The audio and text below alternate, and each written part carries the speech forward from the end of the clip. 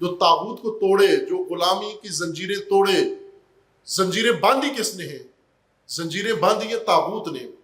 طاغوت دو طرح کے ہیں، ایک طاغوت عالمی جنہوں نے پورا نظام آپ کا جکڑا ہوا ہے، اور ایک طاغوت ان کے چیلے اس ملک کے اندر جنہوں نے 75 سال سے اس ملت کو ذلت کی اتھا گہرائی تک پہنچایا ہے. آپ توجہ کریں، سال بے سال الیکشن دیکھیں. آپ اگر بہت پیچھے نہیں جاتے، اپنی عمر کے حد تک پیچھے جائیں. آپ 2000 تک پیچھے جائیں، 2001 سے شروع کریں. 2001 میں آپ کیا تھے؟ پھر اس کے بعد 2008 میں آ جائیں، چونکہ اس دوران ایک عہد گزرا ہے. 2008 میں زیادہ عزیز تھے یا 2001 میں زیادہ عزیز تھے آپ؟ 2008 میں ذلت میں زیادہ اضافہ ہو گیا. جب پرویز مشرف نے حکومت چھوڑی تو پاکستان بہت ذلیل ہو چکا تھا، پاکستان کے اندر بہت کچھ تباہی ہو چکی تھی. پھر اس کے بعد 2008 سے 2013 تک، 2008 کا پاکستان دیکھیں، 2013 تک پھر ایک اور ٹینیور گزرا تو 2013 میں ذلت کی مزید کھائی میں گر چکے تھے. پھر 2013 سے 2018 تک پھر ایک ٹینیور گزرا تو باقی کسر اس میں نکل گئی اور آپ اور نیچے ذلت کی گمراہی میں دھکیل دیے گئے. اور پھر 2018 سے 2023 تک جو گزرا، اب میرے خیال میں ذلت کی کھائی میں نیچے اور نچلا کوئی درجہ بچا ہی نہیں ہے جہاں پر ہمیں دھکیلا جائے، جہاں آج کھڑے ہوئے ہیں ہم. خب اس سے کس نے کیا یہ کام ہمارے ساتھ؟ طاغوتوں نے کیا، فاسد سیاستدانوں نے کیا، جن کے اندر اقتدار کی ہوس کے علاوہ کوئی اور خاصیت نہیں پائی جاتی. نہ انسانیت پائی جاتی ہے، نہ اخلاق پایا جاتا ہے، نہ سیاست ان کو آتی ہے. سیاست میں صرف اقتدار کو سمجھتے ہیں کہ کرسی پہ بیٹھنا، ملک لوٹنا، ملک تباہ کرنا، ملت کو ضائع کرنا، تباہ کرنا. ملت کو تقسیم کریں، پاکستان کو فروخت کریں. کیوں آئی ایم ایف ابھی ڈٹا ہوا ہے؟ آئی ایم ایف کی ساری شرائط آپ نے پوری کر دی ہے، پھر بھی بات نہیں مان رہا. آپ کو کیوں نہیں مان رہا؟ اس لیے کہ آئی ایم ایف کا اصرار ہے کہ تم نے 2 معاہدہ کیا تھا اور ضمانتیں جو دی تھی، جو آپ نے گارنٹی رکھی تھی، وہ گارنٹی میرے حوالے کرو. وہ گارنٹی آپ کے ایٹمی اثاثے ہیں، وہ گارنٹی آپ کے ایٹمی اثاثے ہیں. وہ مانگ رہا ہے ان سے. اس معاہدے کے اندر لکھا ہوا ہے. یہ معاہدہ نشر کیوں نہیں کرتے؟ یہ بتاتے کیوں نہیں ہیں؟ یہ اندرونی کھیل کے اندر عوام کو اس طرح گمراہ کیا ہوا ہے. اور اب ہفتگی مہنگائی سناتے ہیں. اب جو بجٹ بنایا ہے، اس بجٹ کے اندر جو آپ کی تباہی ہونے والی ہے، اور یہ ملت ذلت پذیر ہو چکی ہے. مہنگائی ہو کوئی تکلیف نہیں ہے، کوئی مشکل نہیں ہے. ان کے اندر تقسیم ہو، نفرت ہو، منافرت ہو، فرقہ واریت ہو، دہشت گردی ہو. ملت کا حال یہ بنا دیا ہے، غلاموں والی عادتیں بنا دی گئی ہیں. غلام آپ نے دیکھیں، گھروں میں نوکر ہے، جب آپ گالیاں دیتے ہو نوکر کو برا نہیں لگتا.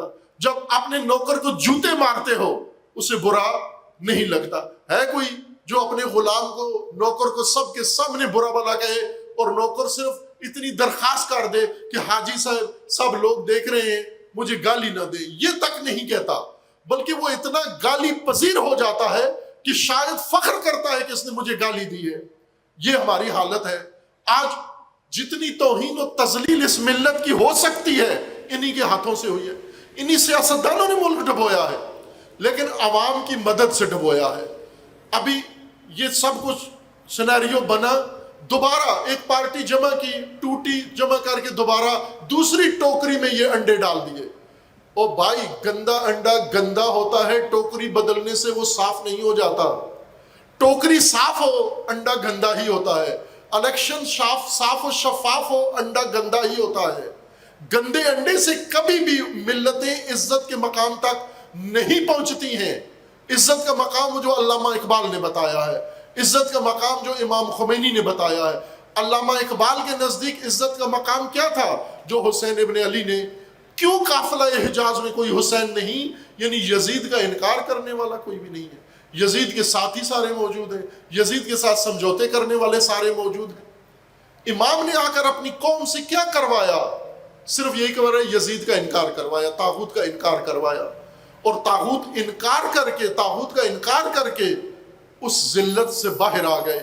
آج اگر سختیاں بھی ہیں، وہ سختیاں عزت محفوظ ہے، ان کے اندر ذلت نہیں ہے، لیکن اس قوم کے اندر سختیاں بھی ہیں، مصائب بھی ہیں۔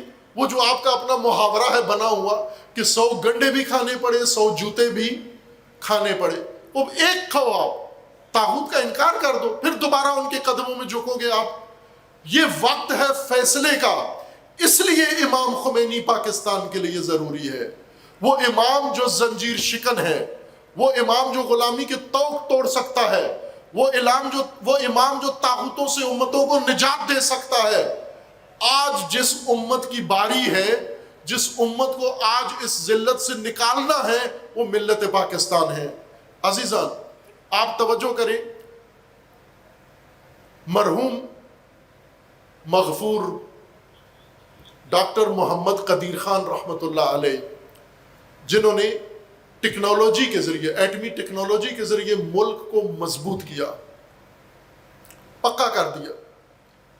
خوب، یہ ٹیکنالوجی پاکستان میں تھی، ایٹمی ٹیکنالوجی کسی مدرسے میں تھی، دینی مدرسے میں، کسی تنظیم کے پاس تھی، کسی تنظیم کے پاس، کسی تکفیری تنظیم کے پاس، کسی سیاسی تنظیم کے پاس، کسی مذہبی تنظیم کے پاس، کسی مسجد میں یہ ٹیکنالوجی تھی، کسی یونیورسٹی میں تھی، کسی کالج میں تھی۔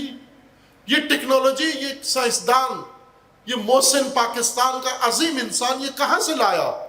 یہ گیا پڑھنے کے لیے، ہالینڈ میں پڑھنے کے لیے گیا، پڑھ کے اس نے وہاں پر جاب اختیار کی، اور پڑھ کر وہاں کی ٹیکنالوجی کو سمجھ گیا، اور پھر اس کے بعد اس نے دیکھا کہ میرے ملک کو اس وقت ایک ایسے دشمن کا سامنا ہے جس نے ایٹمی ٹیکنالوجی حاصل کر کے تجربہ بھی کر چکا ہے۔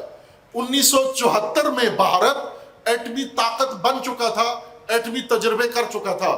اب بھارت سوچ رہا تھا ایٹمی طاقت بننے کے بعد کہ پاکستان کو بھی کھا جائے، بنگلہ دیش کو بھی کھا جائے، سری لنکا کو بھی کھا جائے، اور ایک سپر پاور کے طور پر شیطان بن کر اس علاقے میں پھر چین کو بھی دمکائے۔ یہ اس کے تخیل میں تھا، اور اس غیور سائنسدان نے ہالینڈ میں دیکھا کہ میرے ملک میں یہ ٹیکنالوجی جو ملکوں کو مضبوط کرتی ہے، جو قوموں کو مضبوط کرتی ہے، یہ میرے ملک میں نہیں ہے، لیکن یہاں پر ہے، لیکن یہاں سے وہاں لے جانے پر پابندی ہے۔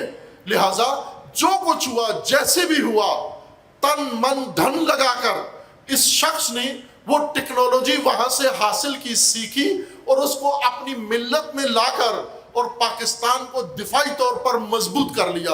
اب بھارت تو کیا، بھارت کا باپ بھی آ جائے پاکستان کو تھریٹ نہیں کر سکتا، دمکا نہیں سکتا، مغلوب نہیں کر سکتا، چونکہ قدیر خان ٹیکنالوجی کی مدد سے پاکستان کو مضبوط کر گئے ہیں۔